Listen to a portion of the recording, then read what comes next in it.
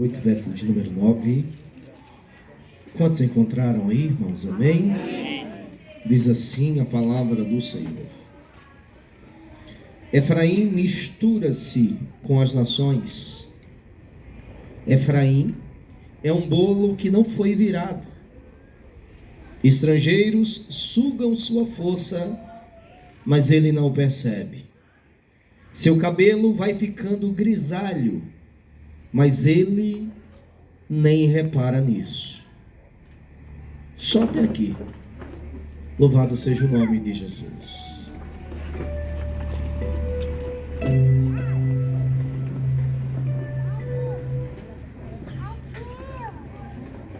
Olhe com carinho para quem está do seu lado e diga: que bom que você veio. Glória a Deus. Seja muito bem-vindo, né? Que noite especial. Se não tivesse tão quente, estaria bem melhor, né? Mas em breve isso vai acabar, para a glória de Deus. O texto que nós acabamos de ler é um texto em que o profeta Oséias, ele mostra com muita clareza a situação espiritual decadente em que o povo de Deus se encontrava. Olhando para a situação em que esse povo se encontra nesse texto, é difícil a gente não lembrar dos dias de glória. É difícil a gente esquecer todas as promessas que Deus fez e todas as promessas que Deus cumpriu. Esse mesmo povo que agora está mergulhado em uma apostasia, em uma idolatria, é o mesmo povo que com braço forte o próprio Deus tirou do Egito. É o mesmo povo que Deus fez atravessar o Mar Vermelho. É o mesmo povo que, mesmo estando dentro do deserto, as sandálias dos pés não se acabaram, as roupas não envelheceram. É o mesmo povo que entrou dentro de Canaã e possuiu a terra que mana leite e mel. Então, se Deus foi tão bom, se Deus foi tão zeloso, se Deus foi tão fiel a este povo, porque o profeta Oséias agora está falando que o povo se corrompeu? O que aconteceu para que um povo que desfrutou tamanha bondade de Deus, tamanha fidelidade de Deus, chegasse a um ponto tão triste e caótico como esse? Ele nos mostra alguns caminhos e alguns pontos que fizeram Israel naufragar na fé e se afastar da presença de Deus. E o primeiro desse ponto está muito claro na parte A do verso de número 8. Efraim se mistura com as nações. Quando o profeta fala Efraim, claro, óbvio que ele está falando do filho mais novo de José. Mas Efraim e a tribo de Efraim nesse texto representa o povo de Israel. Quando ele fala Efraim, ele está dizendo: Israel mistura-se com as nações. Aqui está a primeira porta que Israel abriu para fracassar e rejeitar a aliança que Deus havia feito com eles. Se misturar com quem não tinha nada de Deus para acrescentar em suas vidas. Então eu quero que você olhe com muito carinho e respeito para quem está do teu lado e diga assim: quem é de Deus não se mistura com qualquer pessoa. Você está entendendo o que Deus está falando? O problema de muitas pessoas é não entender esse limite. O problema de muitas pessoas é não levar a sério esse princípio.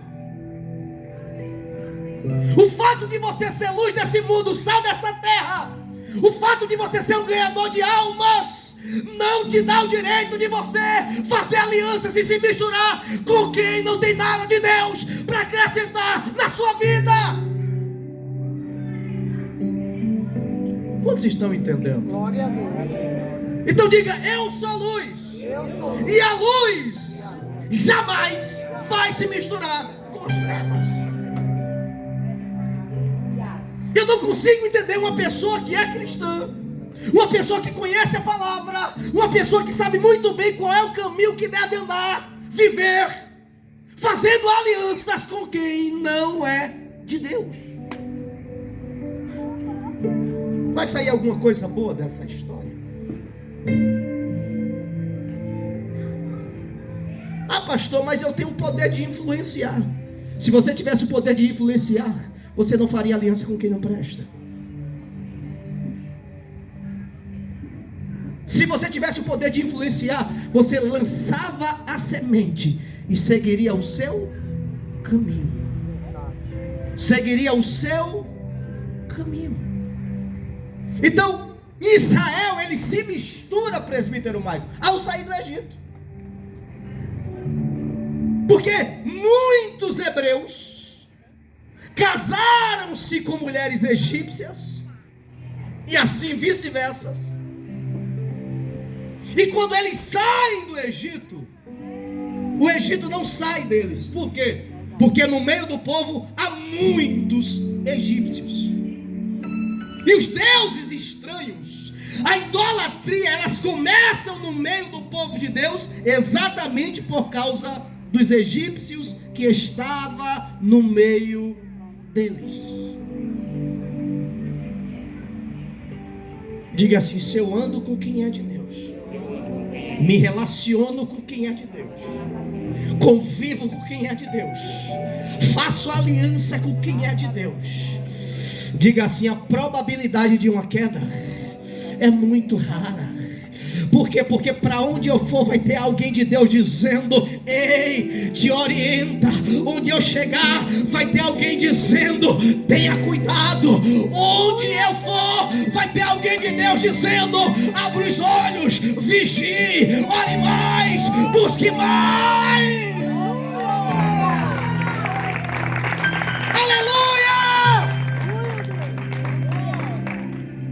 Você para conversar com uma pessoa que é de Deus é uma coisa. Você para conversar com uma pessoa que nunca entrou numa igreja evangélica, a conversa é totalmente outra, irmão. Não se aproveita nada, só sai bobagem. Só sai bobagem. Aí o profeta está nos mostrando que um dos pontos da queda de Israel foi eles exatamente se misturaram com quem não devia. E eu aprendi que eu só faço aliança com quem tem a mesma essência que eu. Pergunta para quem está do teu lado: você está entendendo? Diga assim: você só faz aliança com quem é igualzinho a você. Não entendi, pastor. Quando não é igual você, o Espírito de Deus testifica. Meu Jesus da glória. Quando não tem a mesma graça que você, o mesmo Espírito que você, a mesma unção que você, o Espírito de Deus bate no teu coração e diz: cai fora! Oh, aleluia!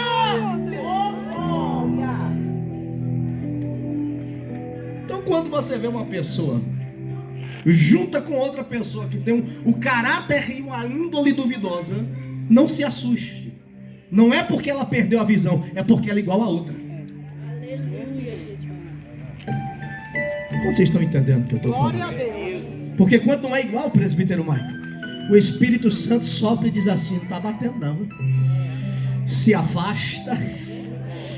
Se afasta porque aquilo ali é embaraço. Se afasta porque aquilo ali é tropeço. Se afasta porque aquilo ali é problema. E quantas pessoas, se eu levantar a mão, se eu pedir para alguém levantar a mão, porque eu tenho certeza que alguém vai levantar, quantas vezes você já se deu mal por andar e compartilhar a tua vida com quem não devia?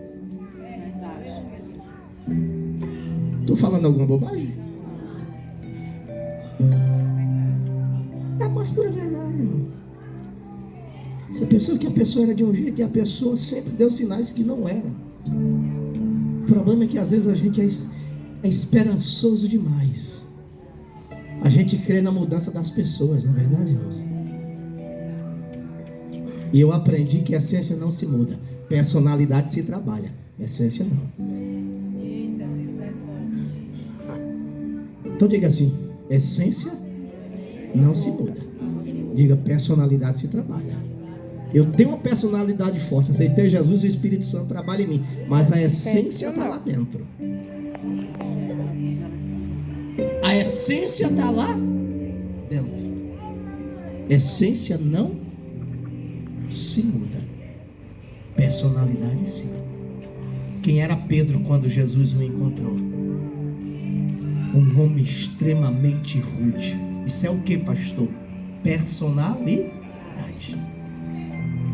Jesus trabalha a personalidade de Pedro, mas no dia que vão lá prender Jesus, a essência que estava dentro de Pedro sai para fora e todos enxergam quem de fato era Pedro. Se você não trabalhar a personalidade que tem, no dia que a afronta chegar, ela sai para fora e revela quem você é. Aí tem pessoas que dizem: eu só agi porque estava de cabeça quente. Não, é porque o que estava dentro de você estava só adormecido. É assim ou não é? Então, Osés está mostrando que ter se misturado com povos estranhos que adoravam a outros deuses havia sido um péssimo negócio. E ele acrescenta: Efraim é um bolo que não foi virado. Isso me tirou o sono por alguns dias. Por que ele faz essa comparação? Que Israel ou Efraim é um bolo que não foi virado. Esse bolo não é o bolo que nós comemos nos dias atuais. Esse bolo era uma espécie de um pão. Para eu tentar traduzir para que você entenda, uma famosa panqueca. Só que eles não assavam na manteiga como nós assamos. Era um fogo. Dentro desse fogo eram-se colocadas umas pedras. E esse pão ou essa panqueca, ele teria que ser colocado e virado muito rápido, para assar dos dois lados na mesma medida e proporção. Quando ele diz que Israel é um bolo que não foi virado, ele está dizendo: olha, é um povo que é perfeito de um lado, mas é extremamente cru do outro. Pergunta para quem está do teu lado: você conhece alguém assim? Que de um lado é um ponto, mas do outro é só o sangue de Jesus na causa. Com a mesma proporção que o Espírito de Deus usa quando dá lugar, o cabra velho também sabe usar. E Deus está falando nessa noite para alguém que chegou até esse lugar: te escolhi, te levantei, tenho investido na tua vida para que eu possa te usar para impactar as portas do inferno. Entenda que você é um instrumento, não do inimigo, mas do reino dos céus.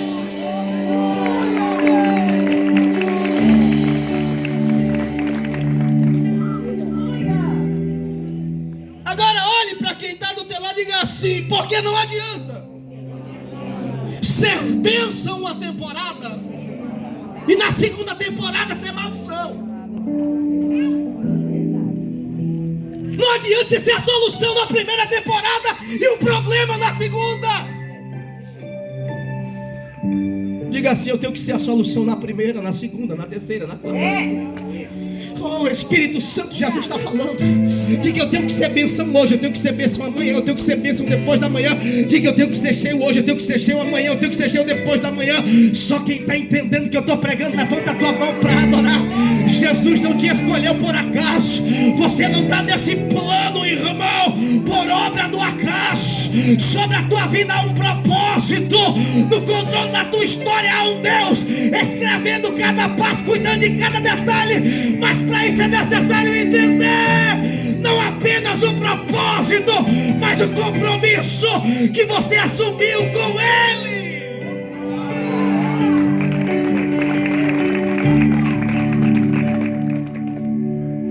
Israel é como um bolo que não foi virado, ou seja, recebeu fogo apenas de um lado. E aí, irmão? O outro lado ficou cru. Olha que profundo isso. E tem gente que é assim, né?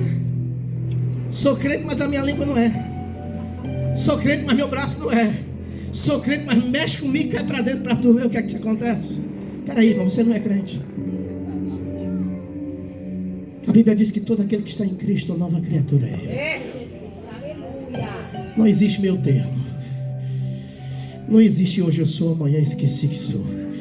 Não existe hoje eu tenho e amanhã eu não tenho. Não existe hoje eu estou forte e amanhã eu estou fraco. Não, não, não. Existe mesmo diante dos problemas, mesmo diante de tantos ataques e frustrações, eu entendo o propósito e por causa do propósito eu vou continuar. Eu vou continuar. Eu vou caminhar, mas está ferido, não importa as feridas. Eu entendi o propósito, eu compreendo o chamado. Não se trata de mim, se trata dele, se trata do que ele quer, se trata da vontade dele, se trata do que ele escreveu para mim, preparou para mim. Aleluia! E tem pessoas que a gente não consegue entender. Porque as ações de hoje não são as mesmas ações de amanhã. Aí você olha e diz: não pode ser a mesma pessoa. Uma pessoa não pode ter uma mudança de comportamento dessa maneira, gente. Um dia está alegre, satisfeito, feliz da vida, brincando contigo e tal, papá. E outro dia finge que não te conhece. Ah, pastor, é porque o senhor não sabe os desafios que eu enfrento. Você conhece os desafios da vida do teu irmão? Você acha que quando Jesus disse no mundo tereis aflições, ele estava falando só de quem senta do teu lado? Você acha que ele estava falando só de você? Ele estava falando para todo aquele que o aceitar como salvador da sua vida. Aceitou Jesus, tem desafios. Aceitou Jesus, tem perseguições. Aceitou Jesus, tem plateia torcendo para ver tua queda. Aceitou Jesus, tem levante. Aceitou Jesus, tem cara feia. Aceitou Jesus, tem mimimi. Aceitou Jesus, tem falatório. E não é porque você é ruim, é porque sobre a tua vida há um propósito. Oh, Espírito Santo! É porque sobre o teu espírito há uma marca. É porque sobre a tua alma há uma oportunidade real. De que, pastor? De viver a eternidade junto com Ele. De viver a eternidade junto com Ele. Então olha para quem está do teu lado e diga assim: a partir de hoje, pare de mudar de comportamento. Diga assim: amadureça e haja de apenas uma forma.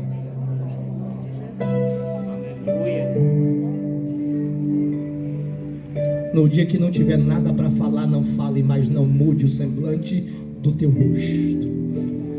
Não mostre voto de fraqueza. Não mostre uma essência duvidosa. E eu não consigo entender algumas pessoas. Sinceramente, eu não consigo entender. Quem aqui conhece alguém com esse perfil? Levanta a mão aí. Que uma hora age de um jeito e quando você pensa que não, a pessoa está agindo de outro. E você diz: eu não consigo entender. Eu não consigo compreender. Como que pode? Age de um jeito hoje e amanhã age de um outro jeito totalmente diferente. É uma pessoa que junta hoje e amanhã faz o quê? É uma pessoa que planta hoje e amanhã o quê? É uma pessoa que profere palavras de bênção hoje e amanhã está proferindo palavras de quê? Peraí, ou eu sou bênção todos os dias, ou eu preciso entender que preciso ser tratado por Deus.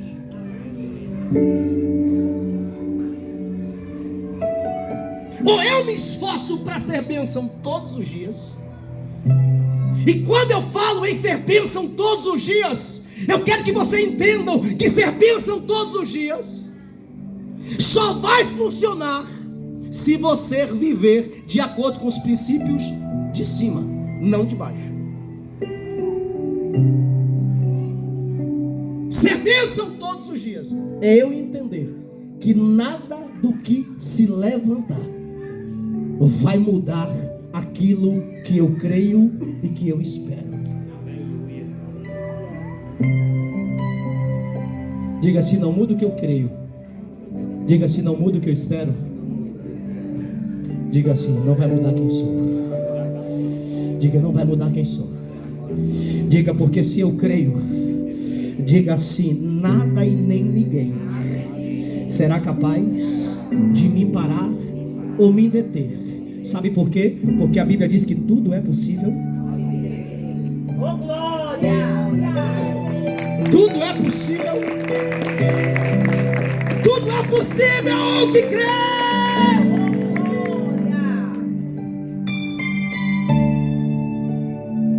Então diga assim comigo: não adianta estar no ponto de um lado.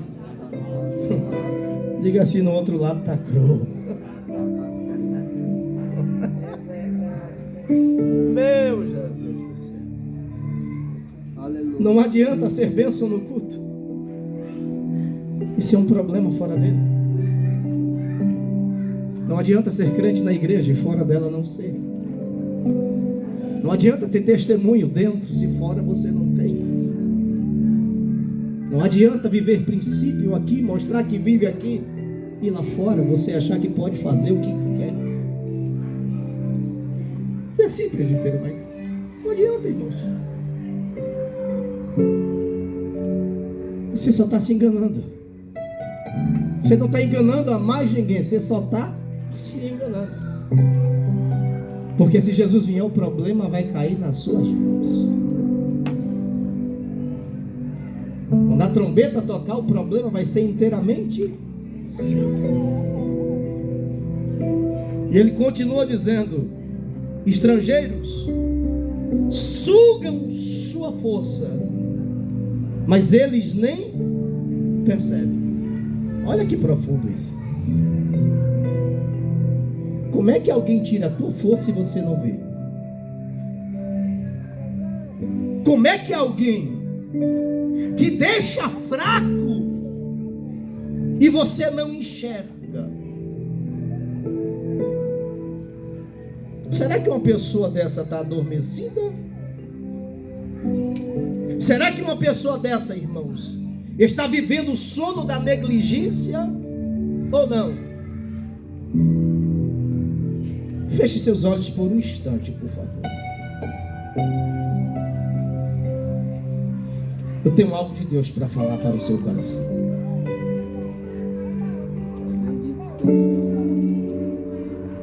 Eu tenho algo do céu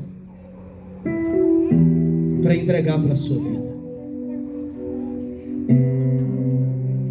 O único que não quer te ver bem, o único que luta todos os dias e todas as horas para você não avançar, é o inimigo da tua alma.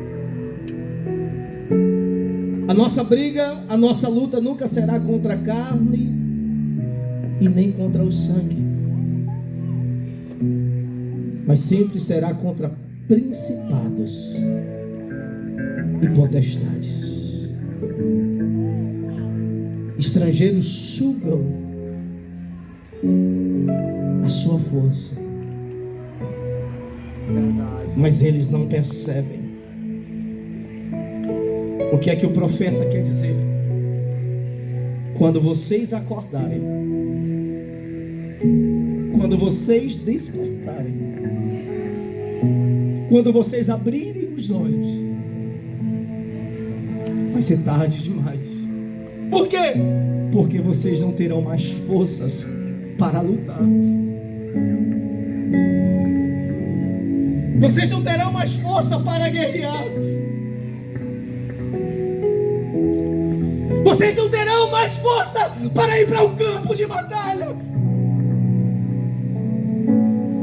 Porque enquanto vocês fazem aliança com quem não deve, enquanto vocês não se entregam, alguém está tirando de vocês a força.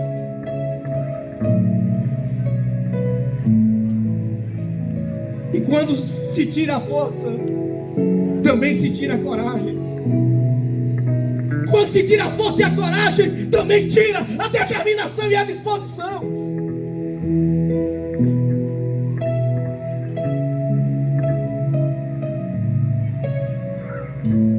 Ele está dizendo, vai chegar uma hora que vocês estarão perdidos, que vocês estarão fracassados. Por quê? Porque fizeram alianças com quem não devia, porque se misturaram com quem não era para se misturar. Não se entregaram da maneira que era para ser.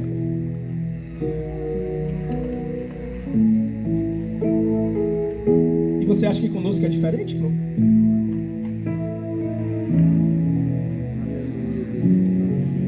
Às vezes eu assisto tem um programa de sobrevivência e as pessoas chegam com tantos quilos, passam 10 dias na floresta sem se alimentar direito, e quando vão se pesar, tem perdido 20 quilos, dessa finura, bem magrinho. A pessoa mal consegue ficar em pé, fraco.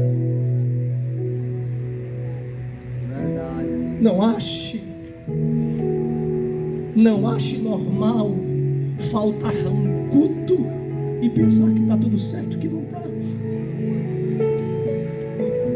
Olha para quem do teu lado está do teu lado, diga assim: cada culto que você perde, diga, é um degrau que você deixa de subir. Não se trata de bênção, se trata de sobrevivência. Não se trata de milagre, se trata de fortalecimento. Glória a Deus. Cada culto que você falta é uma barreira que se levanta diante de você.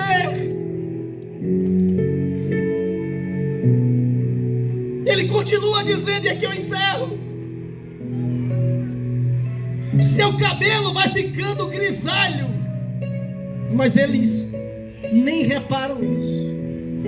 Glória a Deus. José está dizendo: estão ficando velhos e não aprendem.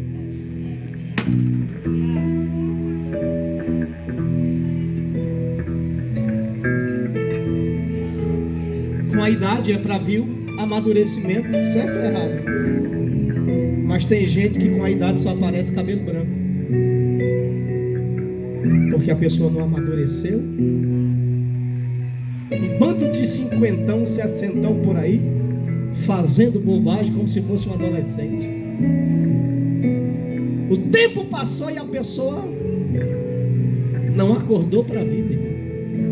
É verdade, meu Deus. Aí eu olho para mim, um homem de 43 anos, às vezes acha que tem 80. Glória a Deus. Se eu estiver mentindo, que Deus me fulmine dos altos céus agora. Por que, pastor? Responsabilidade. Responsabilidade. Eu quero que você entenda algo nessa noite e volte para casa entendendo isso. Diga assim: eu tenho responsabilidade com Deus, comigo, com a minha família, com a igreja, com a rua que eu moro e com as pessoas que me conhecem. Será que há responsabilidade sobre você? Será que dá para entender que você não é mais o mesmo? Será que dá para entender que você tem um nome a zelar? É verdade. Oh, aleluia!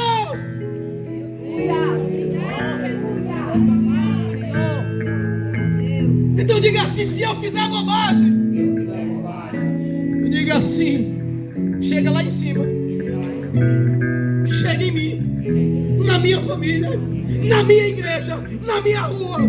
Perceba a dimensão disso tudo, irmão. Perceba a dimensão disso tudo.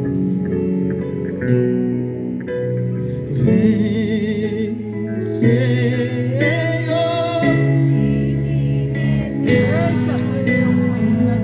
todos os dias, só pra te adorar.